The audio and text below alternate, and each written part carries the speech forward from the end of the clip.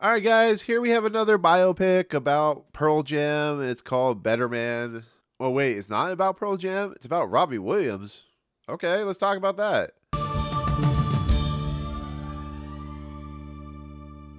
What's going on, everyone? Welcome to Movie Emporium's movie review of Better Man, the newest film for director Michael Gracey. All right, ladies and gentlemen, we have another biopic or a semi-biographical film. We have it, of course, this time to be about Robbie Williams, who's one of the most successful solo artists of all time. This movie is, of course, him telling his life story and all his drug abuse, all his alcoholism, daddy issues, his music, how he, was once in a boy band, how he broke up with that boy band, his ego. This is throwing everything in the kitchen sink about Robbie Williams himself. But since it's a semi-biographical film, some of it may be tweaked, some of it may not be real. So anyways, Robbie Williams narrates this movie, and it's about kind of his life, his daddy issues, his drug abuse, and stuff like that. Well, the difference between a complete unknown or Walk the Line in this movie is it goes one step more interesting, and it makes Robbie Williams a monkey. The whole movie is him as a CGI monkey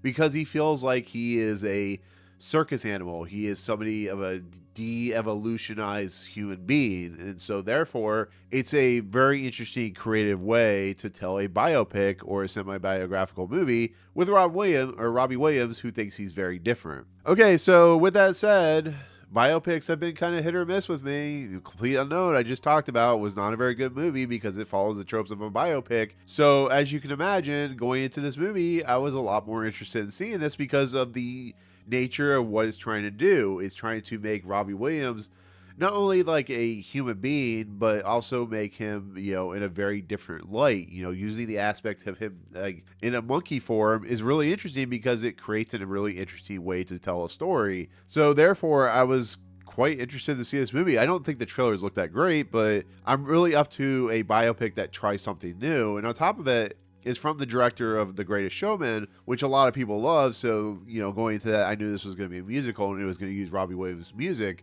But the question really remains, the question is honestly, is this movie any good? Well, I would say for the most part, yes. This is actually a pretty decent biopic.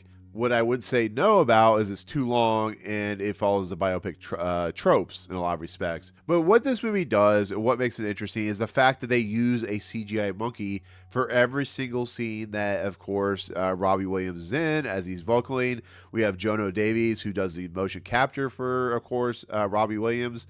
And the movie actually uses pieces and parts and ideas of Robbie Williams' life and how he works and how he operates, how he sees himself in a state of confusion, how he sees himself like imagining like this world that is just completely collapsing upon himself.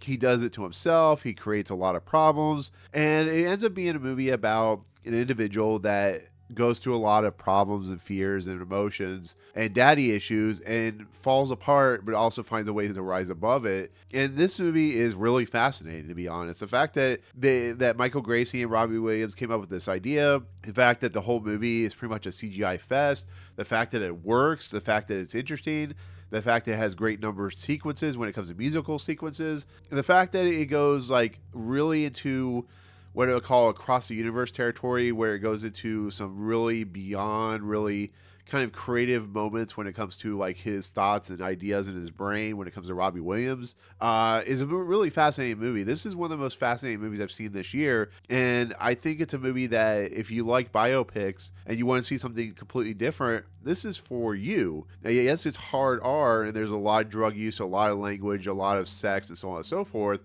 But I think this movie is just unique enough, and I think it's really creative enough, and the visual flair is really cool enough that I think it works. I think you never feel like you're watching a CGI monkey on the screen. When they do the musical sequences, they feel natural. They go in and out of progression. Like when he's driving the car and he crashes into the river. When he's at the gravesite and they're doing the stuff with the umbrellas. When he's on the lake, there's one of the coolest sequences I've seen this year where they use Rock DJ.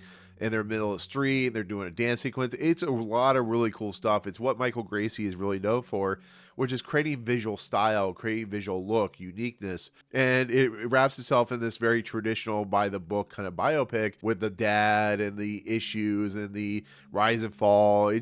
That's where the movie fails. It's just, it has so many cool moments that when it gets to the actual storytelling, when it gets to the girlfriend, wife, and the losing of the baby and stuff like that, it does it in a very Bohemian Rhapsody, a complete unknown territory. But I do love the fact that you see moments of Robbie Williams' life when he, for instance, in Rock DJ, when he took off the skin, and you see that in monkey form, and, you see him when he deals with Liam Gallagher and Noel Gallagher from, of course, Oasis, and you see it when he deals with his own Take That group, the band, and stuff like that. It is a really cool movie. It is a really fascinating movie. It's not a perfect movie. It's very, very long. It doesn't need to be 2 hours and 15 minutes long. I think this is what movies with biopics should do. They should be different. They should go into weird territory. They should really kind of envelop themselves in the mindset of the human being that is the character they're portraying, or the musical artist or actor they're going for, instead of just a traditional biopic that you see as Oscar bait. This isn't an Oscar baiting movie. This is just a movie that shows Robbie Williams in a really interesting, really chaotic light, and I really appreciate that. And I think Robbie Williams does as competent a job as he can. He's not an actor. He's a musician. I think he puts it all out there on the table, so I commend him for that. Alison Steadman, Steve Pemberton, Dan Herriman, stuff like that. Raechelle, Banno, they're all really decent in this movie. They do a pretty decent job. There's other actors and actresses in this movie, but the musical set pieces, the visual flair, the performance by the actor Jonno Davies, who did the visual work, the capture, of course, for Robbie Williams, and then Robbie Williams' music is really catchy, so I think it's worth seeing. So I definitely recommend this. I think it's a fun movie. Long, not for kids, definitely hard R. If you're interested in seeing a cool biopic, this is definitely one I would recommend. So anyways, with that said, thank you so much for watching my review of Better Man. Like I said, I do appreciate it. Comments below, are you a Robbie Williams fan? Are you interested in seeing this movie? Even if you aren't, let me know in the comments why or why not. But otherwise, if you like what you see on this video, awesome. Hit the subscribe button to join Movie Emporium. Hit that notification bell at the top to find what's coming next. If you like this video, awesome. Hit that like button. And as always, we'll see you guys on the next video. Peace out, guys.